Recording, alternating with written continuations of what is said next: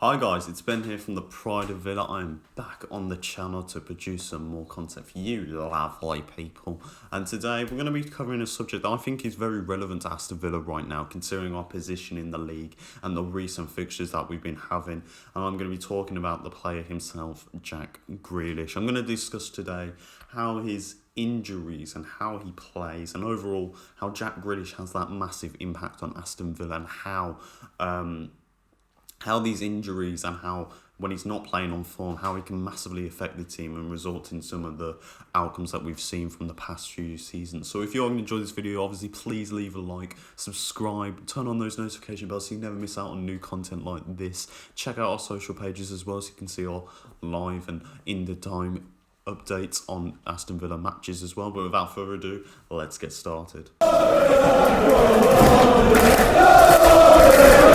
So, of course, we're talking about Jack Grealish, the boyhood Aston Villa fan. He is probably the best player that we've produced from our youth academy and one of the best players that we've seen in an Aston Villa shirt in a very, very, very long time. I would consider him a club legend in my eyes, along the likes of Paul McGrath, Peter With, Nigel Spink. You could say Gabby Abonglahor. No, don't be silly. Not Gabby Abonglahor. He's not a club legend for me. But Jack Grealish is. He's somebody that embodies Aston Villa. And it's so nice to see somebody who's so passionate about the club. Someone who's come through the youth ranks and is a boyhood fan. To be not only one of our best players, if not the best player in the team, but also one of the most exciting prospects to watch in English football today. With Aston Villa, he's played over 209 games, scored 32 goals, 43 assists, and played over 15,000 minutes of football with Aston Villa. Now, considering he first started off in the 2015-16 Premier League season, that awful season where Aston Villa were just an equivalently load of garbage, losing games left, right, and centre. The game that really stood out for him, and a lot of people said this could be the next thing coming, was obviously the match against Leicester City. Where he went on to lose 2-3, but he scored an amazing goal in that, and he started catching a lot of eyes in the sense that we've got a talent on our hands. This could be the next big thing. And as Tim Sherwood said, he was so excited when he saw Jack Grealish play. That's why he gave him the chance at that young age. And ever since then, he ran with it. He's gone with the opportunities that he's been given. And today, he sits as I said, one of the most exciting prospects to come out of English football. Perhaps one of the best players in the English Football League if he isn't injured right now. And he's up there with the likes of Harry Kane, Raheem Sterling, Phil Foden, Bukayo Saka. You know, he's one of those players that you want to see starting on that England squad list every time. He's that damn good and that damn pivotal to not only Aston Villa's success, but also perhaps England's success in the Euros and even the World Cup if he gets the chance to recognise on there. But why are we talking about Jack Grealish? Why are we mentioning this great player of ours? Well, as we all know as Aston Villa fans, he's somebody that, quite frankly, is the heart of our team. Without him, we are a shadow of our former self, you know.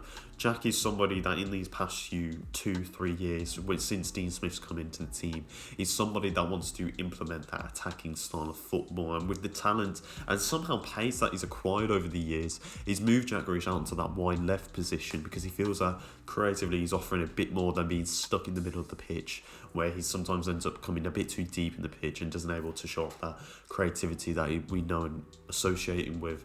You know, he's a player that's going to hold up that ball, he's going to drive into those opposition players, trying to make a bit of space for himself. But also, because he's drawing those players into him, he's also creating space and opportunities for other players to essentially pick up the ball and move through into the opposition's half and also get that chance to score. And that's what Jack Grealish does so well. He's so brilliant at holding onto the ball.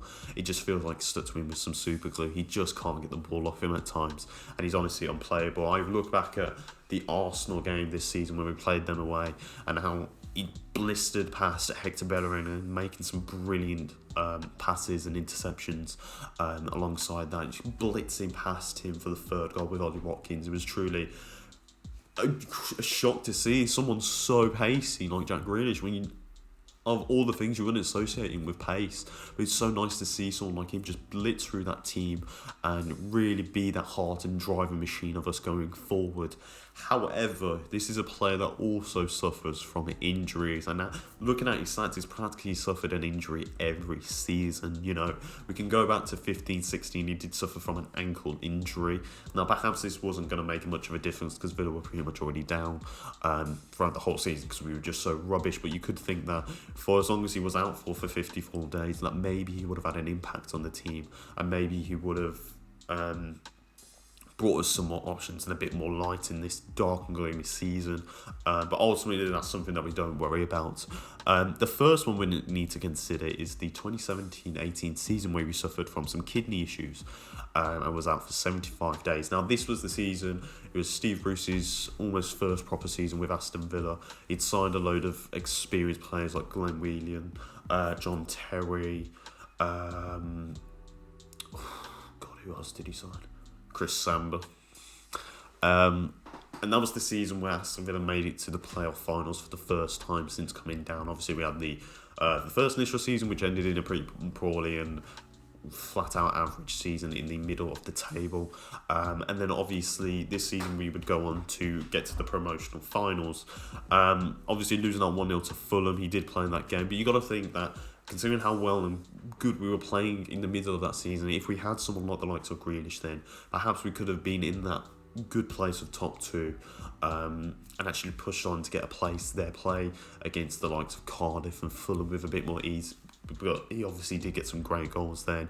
You just got to wonder, if we had him for more of that time, would we have seen a different outcome?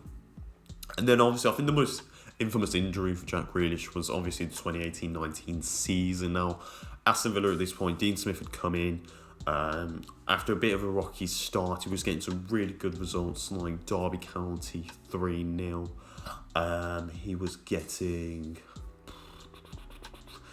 2-0 results away from home. He was maintaining clean sheets and putting on that attacking style of football that he's been known to show. But obviously, at one point, Jack Grealish did get injured from a shin bone injury. Now, we all know Jack Grealish likes to wear small shin pads because he thinks it's a good lucky charm, but also the size of his quads, calves, they are... It's always not a surprise to see whenever an injury like this happens, and it does end up happening as we get into later. But at this point, obviously, Villa all of a sudden just went on a massive dip in form. Who can remember? Probably for me, the worst result in the past 10 years. Brentford 1, Aston Villa 0. 90 minutes of just doing absolutely nothing, and in the last minute of the game, somehow we concede a goal to Neil Maupay, and it just looked absolutely atrocious. We were stuck in the middle of the table again, and all of us writ the season off. We just didn't seem like it was going to happen. Obviously, they made the big marketing push. Jack is back for the Derby County game at home. Score 4-0. He gets that brilliant volley from Whelan corner. And Villa go on this spectacular 10-game winning run. That is honestly one of the best moments I've seen in Aston Villa in nearly all my lifetime. It was truly remarkable. Obviously, Blues 1-0. The cream of the crop. Jack Grealish scoring against the away team. Nottingham Forest 3-1. Millwall 1-0, Bolton 2-0, managing to get that 10-game winning run, going on to Leeds, going on to that promotional final. Although it was still not the same performances that we'd seen prior, we still managed to get the job done and ultimately got promoted that season and remain in the Premier League today. But you've got to think, had we had Jack Grealish, had we had that player of that creativity, you would wonder, could we have pushed on for that top six? Because quite frankly, apart from Norwich, and perhaps you could argue Sheffield United, even though the consistency wasn't as good as it could have been, we could have capitalised on that with Jack Grealish, and we were playing some really good football with Tammy Abraham scoring those goals and John McGinn having a flyer of a season. You've got to wonder, how could we have gone on to push for that top two place? And then obviously we go on to the 2019-20 season. Now, Jack Grealish did get injured with a calf injury. He was only out for 28 days, and he missed the likes of... God, I remember this now. It was Chelsea. No, it wasn't Chelsea. It was just after the Leicester game. No, Man City game where we lost 3-0 away. He picked up that injury, and obviously after then we just looked very void of ideas. We didn't look like the same team that we were with him. And although ultimately we would end up staying up by the scrape of our necks that season by a point, ultimately you've got to think that maybe Jack Grealish might be leaving in the summer. Maybe he might be going away. Maybe he's not going to be the same player that he was coming back. But he did come back, and I actually think he was having quite a blinder of a second season compared to his first. I thought he was absolutely superb. And ultimately, I would have said the likes of Ezri Konsa coming through, Courtney House, Doug Suarez in that second half. Ultimately, it was Jack Grealish that was my player of the season that year because he was just the amount of creativity and that flair that could he provide on the big stage in the world in England. And he did, and he's absolutely saved himself in English football. And then finally, we come on to his latest injury. Yet again, another calf injury. Now, he was out on the October 2nd. I believe this was after, let me just check, it was after Brighton 0-0, a really poor game of football there. Now for me, performance-wise, it's not been the same in a very long while. It's felt very flat. My issue is no consistency. We can beat a team like an Arsenal. We can obviously go back to that winning run we started at the start of the season, the 1-0 at Leicester, 3-0 Arsenal, Liverpool 7-2, West Brom, Fulham 3-0. We did really, really well, and then we lost 2 games, West Ham, Brighton, and then we come back to win a game, the Arsenal 3-0. Then we lose games like Leeds and Burnley, then we win a game, then we lose a game.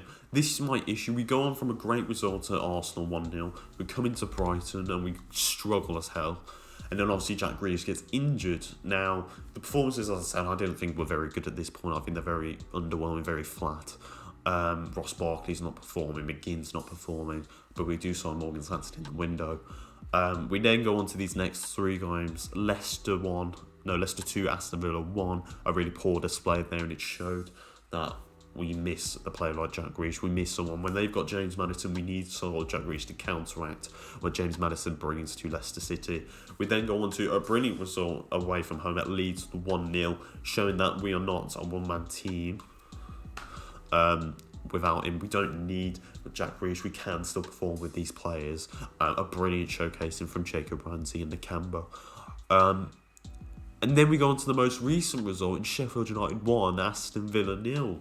Now, you've already seen our instant match reactions to this, but I just don't understand it. It was so poor. We were absolutely rubbish. It wasn't a positive to take out of that game.